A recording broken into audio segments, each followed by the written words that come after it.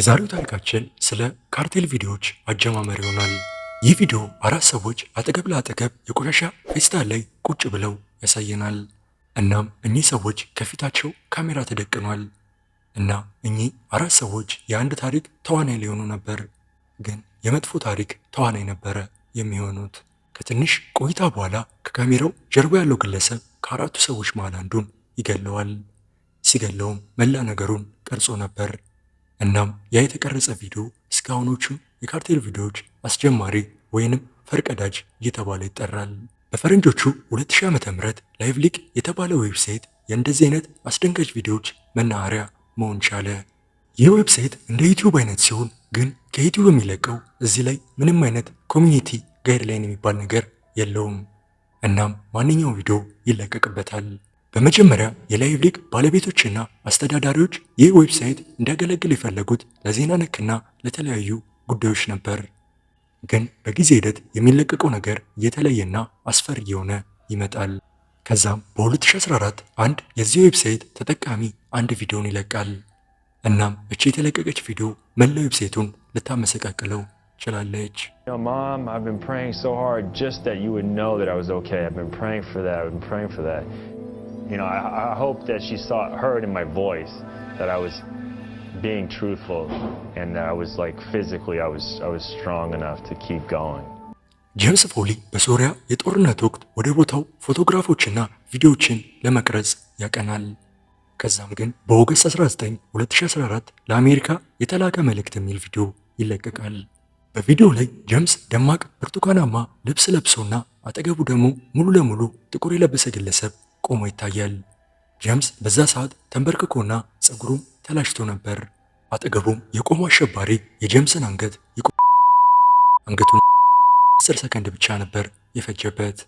ይህም 4 ደቂቃ ከግማሽ የሚደርስ ቪዲዮ አሸባሪው አሜሪካ በድጋሚ የአየር ጦሯን ወደዚህ ቦታ ምልክ ከሆነ በተመሳሳይ ሌላም ጋዜጠኛ እንደሚገል ተናግሮ ያልቃል። እናም የዚህ የጄምስ ፎሊ ቪዲዮና ፎቶ በተለያዩ ሶሻል ሚዲያዎች ላይ መዞር ጀመረ። ግን ዋና የተገኘበት ቦታ ላይቭ ሊክ ነበር እና ይህንን ያስተዋሉት የላይቭ ሊክ ባለቤቶችና ማኔጅመንቶች ቪዲዮውን ለማስወገድና ተመሳሳይ የአሸባሪ ቪዲዮዎችን ከሶሻል ሚዲያቸው ላይ ለማጥፋት ወሰኑ።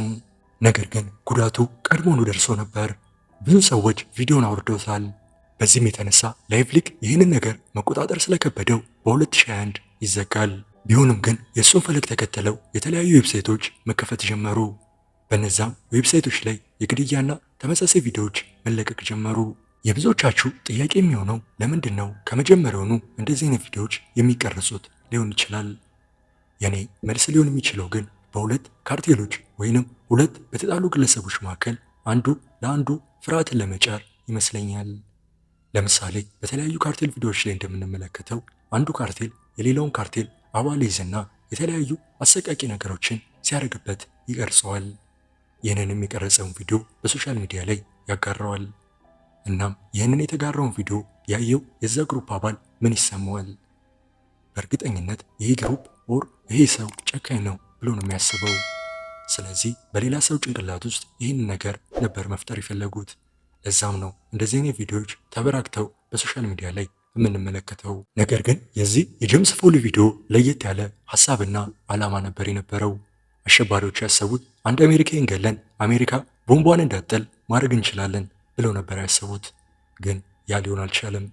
ሁል ጊዜ እንደዚህ አይነት ቪዲዮዎችን ሳይ ይህንን ካልቸር ማን የጀመረው ብዬ ማሰቤ የማይቀር ነው። እናንተም ማሰባቸው አይቀርም። እናም የተለያዩ ሪሰርቾችን ሳረግ አንድ ሰው ላይ ደረስኩኝ። የቴክሳስ ከተማ በሆነችው ላሬዶ ኤድጋር ቫልዴዝ የተባለ ታዋቂ የሃይስኩል ተማሪ ይገኛል። ይህም ልጅ በትምህርት ቤት ውስጥ የራግቢ ተጫዋች ነው። የራግቢ አሰልጣኙም የፀጉሩንና የአይኑን ቀለም በመመልከት ላባርቢ የሚል ስም ሰጥቶታል። እናም ኤድጋር ላባርቢ የተባለ ቅጽል ስም አለው። ብዙዎችም ኤድጋርን ሲመለከቱ ወደፊቱ ያማረና በጣም የተስተካከለ ነው ብሎ ቢያስቡም ያ ነገር ግን አልተፈጠረም። ምክንያቱም በ19 ዓመቱ እያለ በቸልተኝነት ሲያሽከረክር አንድን ሰው ይገጫል።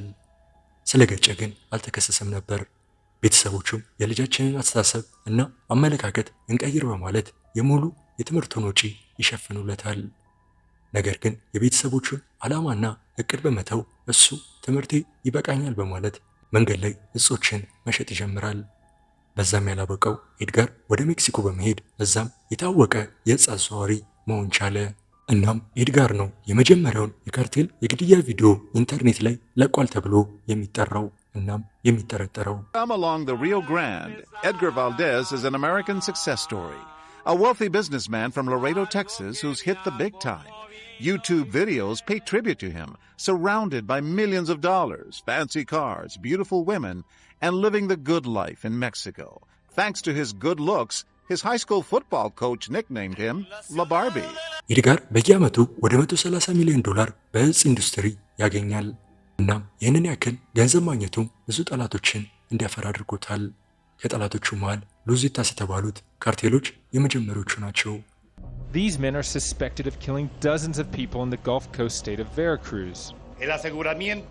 After being captured, they told us of another 3 safe houses where 32 bodies were found. Along with the new generation suspects, on Friday the Navy showed off a dozen members of the Zetas gang, including the group's alleged leader of its Veracruz branch.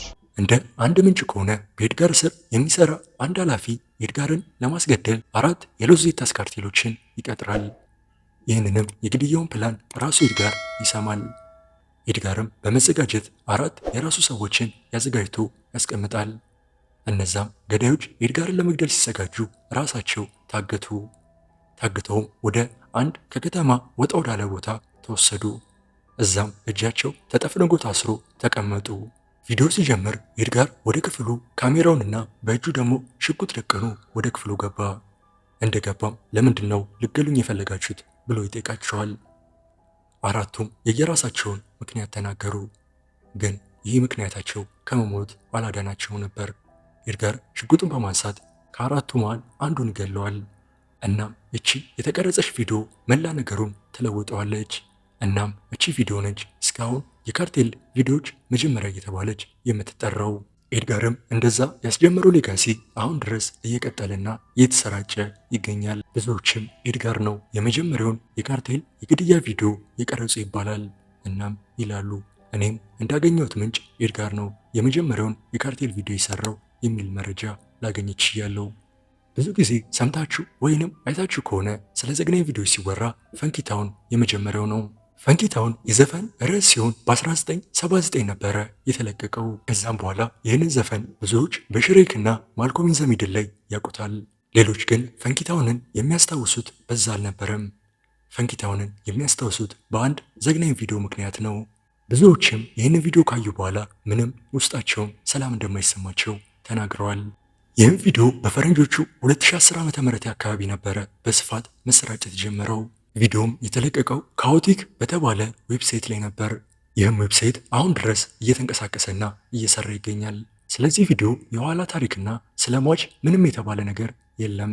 ግን ምንም የተባለ ነገር ባይኖርም ቪዲዮ በጣም ዘግናኝ ነው።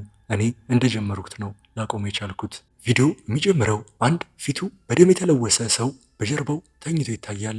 ይህንንም ግለሰብ ክብ ሰርተው መሃል ላይ እንዲተኛ አድርገውታል። ፊቱም ከመጠን በላይ በደም ተጨማልቋል። እናም ሰውነቱ ላይ የተለያዩ የግሉኮስ ገመዶች ይታያሉ። እናም ሲያሰቃዩት እንዳይሞትባቸው ነበር ሰውነቱ ላይ የተለያዩ መድኃኒቶችን የሚሰጡት።